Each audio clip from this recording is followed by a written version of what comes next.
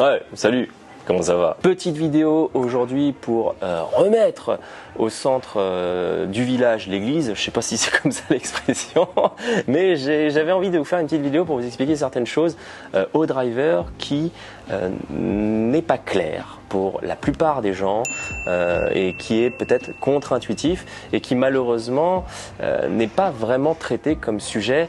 Et il y a beaucoup de magazines spécialisés dans le monde du golf ou de sites internet ou même de marques qui prônent des choses qui sont erronées.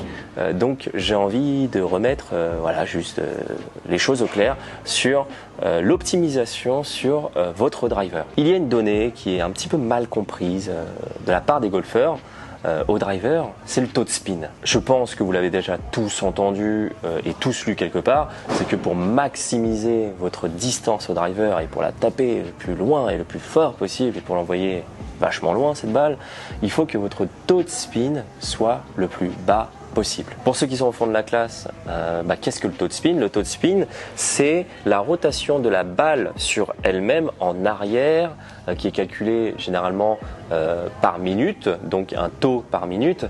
Et on dit souvent que le taux de spin au driver, il faut qu'il soit le plus bas possible pour que la balle puisse aller le plus loin possible. Le taux de spin, comment il est calculé? Il y a deux facteurs qui vont majoritairement rentrer en compte sur le calcul du spin. C'est ce qu'on appelle le spin loft. Et le spin loft, c'est la composante entre votre angle d'attaque et de votre dynamic loft. Donc je vais pas forcément rentrer dans les détails dans cette vidéo, j'en ai déjà parlé pas mal du spin loft et de toutes ces données. Si vous voulez revoir un peu mes vidéos que j'ai fait sur Trackman où je parle de ça, vous verrez un peu plus en détail ce que c'est le spin loft. Comme je l'ai dit, on parle souvent d'un spin bas pour le driver, que c'est quelque chose de super important et même les marques promeuvent des drivers soi-disant low spin. Mais aujourd'hui dans cette vidéo, ce que j'ai envie de vous démontrer par des stats et par de la balistique, c'est que en fait c'est faux. C'est faux jusqu'à un certain point. On a besoin de spin pour que la balle puisse voler.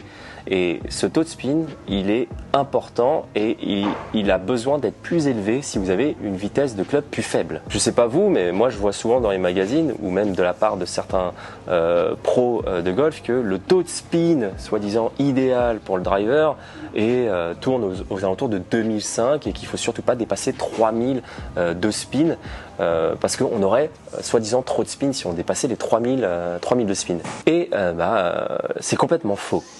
En fait, votre taux de spin, il est intrinsèquement lié à votre vitesse de swing. Plus vous avez une vitesse de swing qui est élevée, plus votre spin, effectivement, a besoin d'être bas pour que la balle puisse voler plus longtemps dans les airs et pour qu'elle soit portée un peu plus loin. Et plus vous avez une vitesse de swing qui est faible, plus vous avez besoin de spin dans votre balle pour que la balle puisse prendre de la hauteur et qu'elle puisse ensuite faire de la distance. Ce qui est important de comprendre aussi, c'est que l'angle de décollage de votre balle a une importance cruciale parce que l'angle de décollage de votre balle va être en corrélation directe avec l'angle que va prendre votre balle au niveau de la descente, parce que balistiquement, il y a un angle optimal au niveau de la descente de votre balle pour qu'elle puisse en fait rouler avec le driver. Je vous mets un tableau sous les yeux pour que vous compreniez ce que je suis en train de dire, mais c'est un tableau du coup qui m'a été fourni par André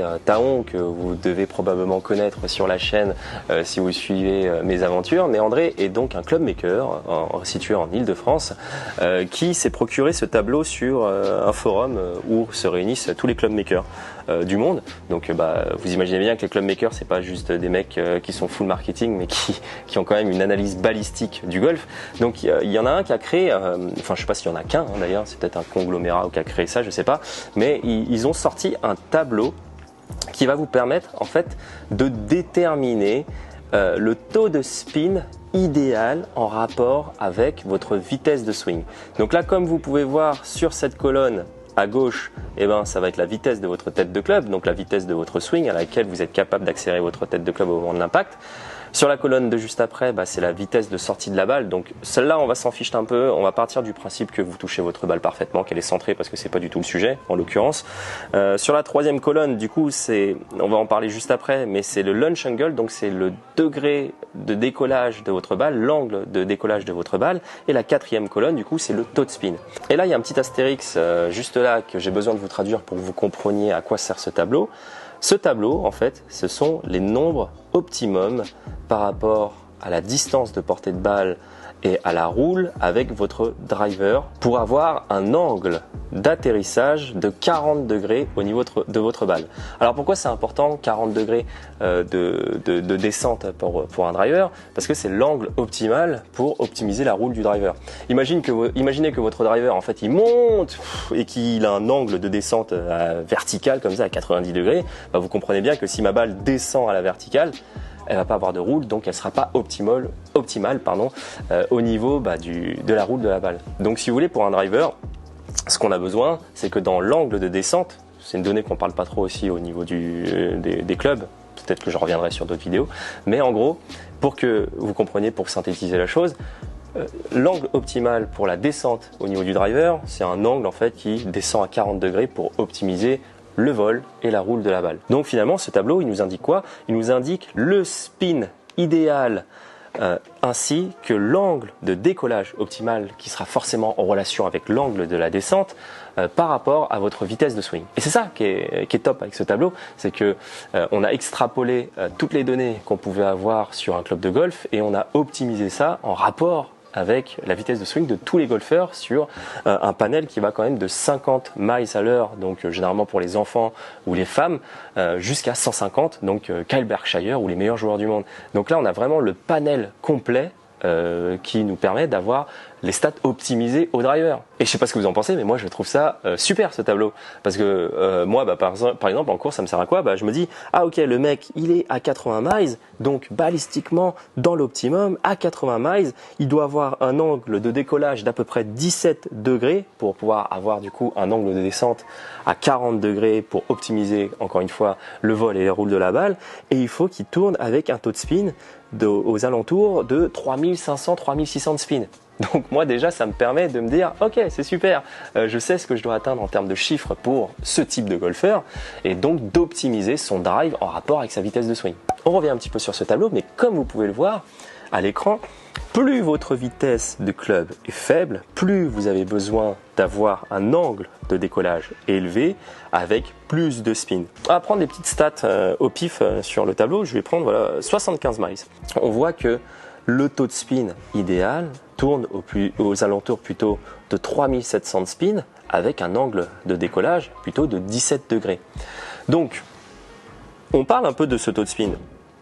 3700 de spin, ça commence à faire beaucoup, soi-disant, pour les marques qui vont vous promouvoir plutôt des drivers low spin.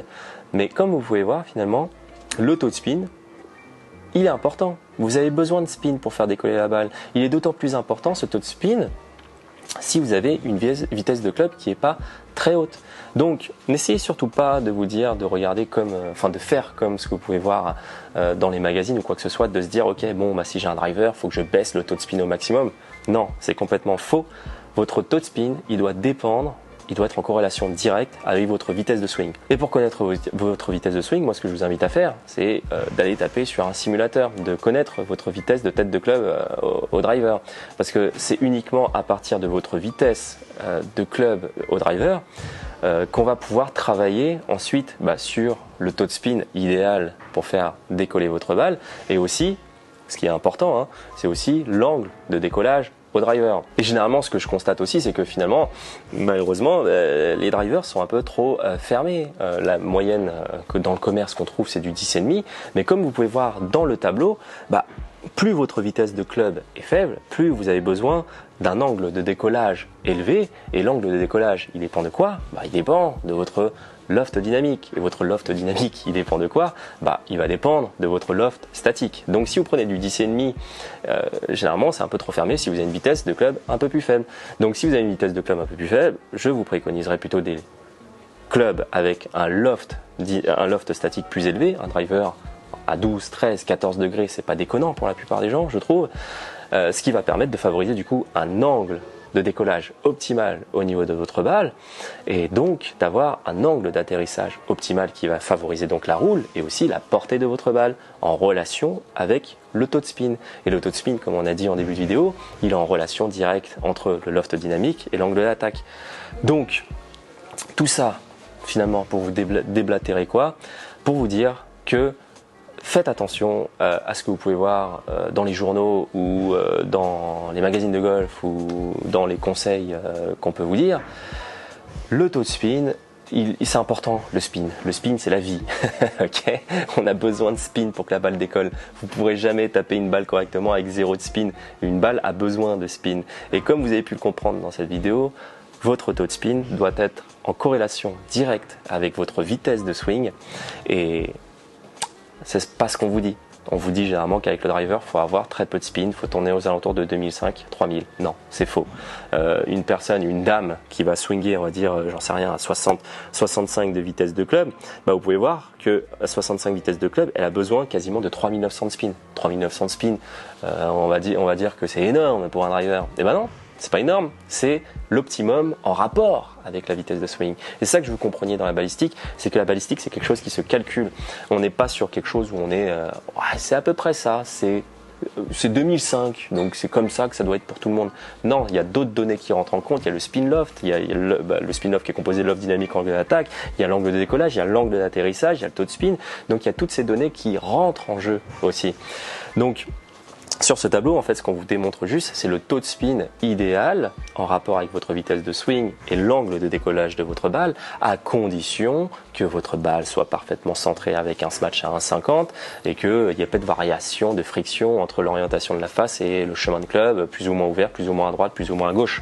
Bref, tout ça c'est dans un monde idéal. Mais bref, c'était tout simplement pour vous dire ça.